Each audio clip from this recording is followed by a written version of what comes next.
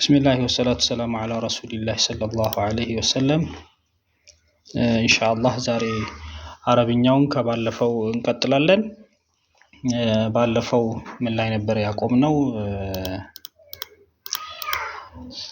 ስም አረብኛ ፊደላቶች በሙሉ ለሶስት እንደሚከፈሉ አውርተን ነበር ስም ፊዕልና ሐርፍ ብለን ማለት ነውና ዛሬ ስምን እናያለን ስም ረዘም ላለ ጊዜ ማለት የተወሰነ ጊዜ ይወስድብናል ስምን ስንጨርስ ነው ወደ ፊዕል የምንሄደው ስለዚህ አሁን ስም ላይ ነው ትኩረታችን ስሞችን ብቻ ነው የምናየው አንድ ስም ደግሞ አራት እንትኖች አሉት አንድ ስም ላይ የምናገኛቸው አራት ነገሮች አሉ አራት ነገሮችን እናገኝበታለን በውስጡና ምን ምንድናቸው መጀመሪያ አንድ ስም ወይ ስታተስ አለው ሁኔታ አለው ወይ ረፍዕ ላይ ነው የሚሆነው ወይ ነስብ ላይ ነው የሚሆነው ወይ ጀር ላይ ነው የሚሆነው ምን ማለት ነው ለሚለው ረፍዕ የሚለው ረፍዕ ማለት መጨረሻው የሚያልቅበት የስሙ ወይ ضማ ነው ወይ ضማን የሚተኩአሉ የሚተኩትን ነው ነስብ ነው ስንል ደግሞ መጨረሻው የስሙ መጨረሻ ፈትሃ ነው ወይም ፈትሃን የሚተኩ ማለት ነው ጀር ነው ስንል ደግሞ ከስራ ነው ወይም ከስራን የሚተኩ ስለዚህ ስም ላይ እነዚህን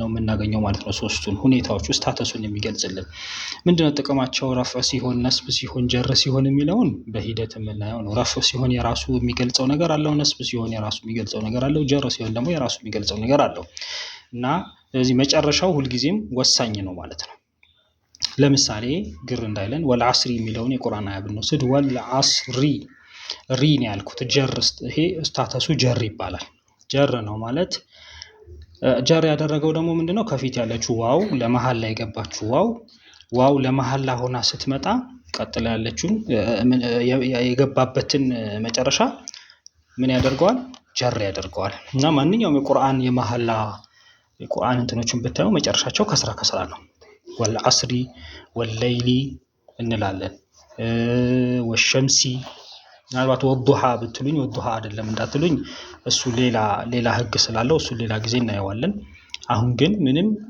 የመሐላ ዋው ገባ ማለት ምን ያደርገዋል ጀር ያደርገዋል የሚለውን ያዙ ከዛ ቀጥሎ አንድ ስም ላይ ከነዚህ ከሁኔታው ከስታተስ ውጪ ደግሞ ቁጥሩ ማለት በአረብኛ ላይ ሙፍረድ የሚባል አለ ነጠላ ማለት ነው ሙሰና የሚባል አለ ለሁለት ሰዎችን ብቻ መግለጽ ይቻላል ጀምዕ ደግሞ ይባላል ለብዜት ለብዙ እንለዋለን ከዛ ውጪ ደግሞ ያ ስም ጾታው ሙዘከር ነው ተባዕታይ ነው ሙአነስ ነው ወይም አንስታይ ነው እንላለን ማለት ነው ከዛ ሌላ ደግሞ ያ ስም በጥቅል ነገሮችን ነው የሚገልጸው ወይስ አንድ ነገር ነው የሚገልጸው ለሚለው ነኪራ ነው ወይም ማዕሪፋ ነው እንላለን በእንግሊዘኛ ኮመን ወይም ፕሮፐር የምንለው ማለት ነው ይሄን እንግዲህ አሁን አንድ ስም ላይ ከነዚህ አራቱ ነገሮች አንድ ስም ወስጄ ሁኔታው ምንድነው ብዬ ከሶስቱ አንዱን ይዛል ቁጥሩ የቱን ይገልጻል ከሶስቱ አንዱን ይዛል ጾታው የቱን ነው ሙዘከር ነው ወይ ሙአነስ ነው ከዛ ውስጥ ደግሞ ጥቅል ነው ነኪራ ነው ወይ ማዕሪፋ ነው የሚለውን አራት ነገር አገኝበታለሁ ማለት ነው አንድ ስም ላይ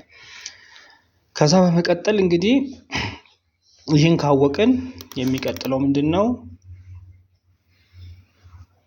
እነዚህ መጀመሪያ ላይ ያየነው ሁኔታ ወይ ስታተስ ያልነው ሶስቱ ነገሮች ጥቅማቸው ምንድነው የሚለውን እናያለን አንደኛ ረፍዕ ሲሆን አንዱ ረፍዕ የሚሆነው ማን ነው አንድ አረፍተ ነገር ላይ ባለቤቱ ረፍዕ ነው የሚሆነው ባለቤቱ ማለት ድርጊት አድራጊው ወይ ባለቤቱ ረፍዕ ይሆናል ሌሎች ዝርዝር ጉዳዮች ከሱ ጋር ተያያዥነት ያላቸው ከድርጊቱ ጋር ተያያዥነት ያላቸው ዝርዝር መግለጫዎች ደግሞ ወይም ተሳቢ የምንለው በእንግሊዘኛ ሰብጀክት የምንለው ድርጊት አድራጊ ነው ረፍዕ ነው ፕሪዲኬት የምንለው ወይም ተሳቢ የምንለው በአማርኛ ደግሞ ድርጊቱ ዝርዝር ነገሮች ነስብ ይሆናሉ ከዚህ ውጪ ደግሞ ያሉ ሌሎች አንዳንድ ነገሮች ሲገቡባቸው ወይ ደግሞ አንዳንድ ሁኔታዎች አሉ በኋላ ጀር ላይ ስንደርስ የምናየው ያኔ ደግሞ እነዛ ጀር ይሆናሉ ስለዚህ አሁን አረፍተ ነገር ላይ ድርጊት አድራጊ ረፍዕ ነው የሚለውን ያዙ ሌሎች ከድርጊቱ ጋር ተያያዥነት ያላቸው ዝርዝር ጉዳዮች የሚሆነው ደግሞ ነስብ ነው የሚለውን ያዙ ጀር ደግሞ የሚሆንበትን ስታተስ እንደርስበት እናየዋለን ግን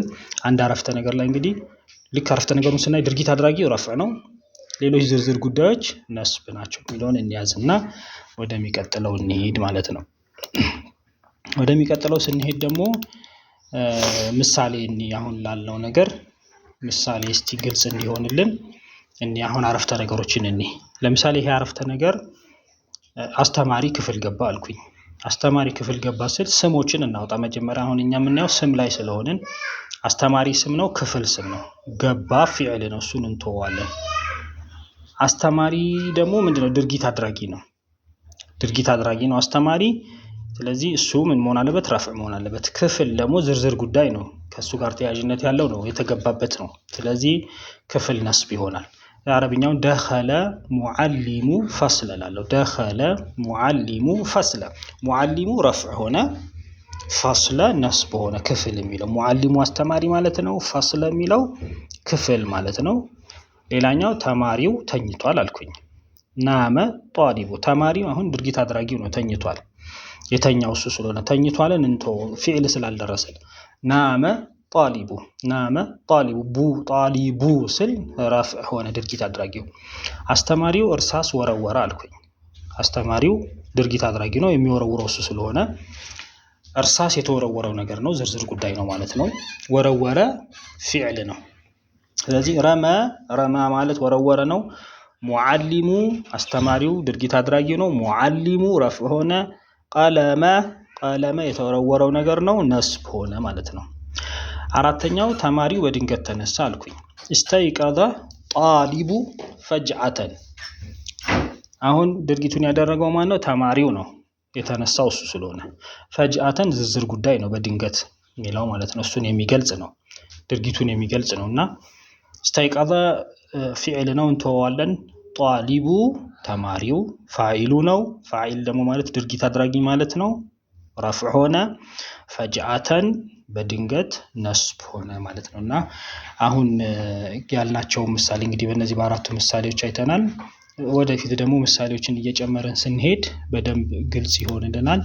ለዛሬው እንግዲህ እዚህ ላይ ይበቃናል። በሚቀጥለው ከዚህ እንቀጥላለን። ሰላም አለይኩም ወራህመቱላሂ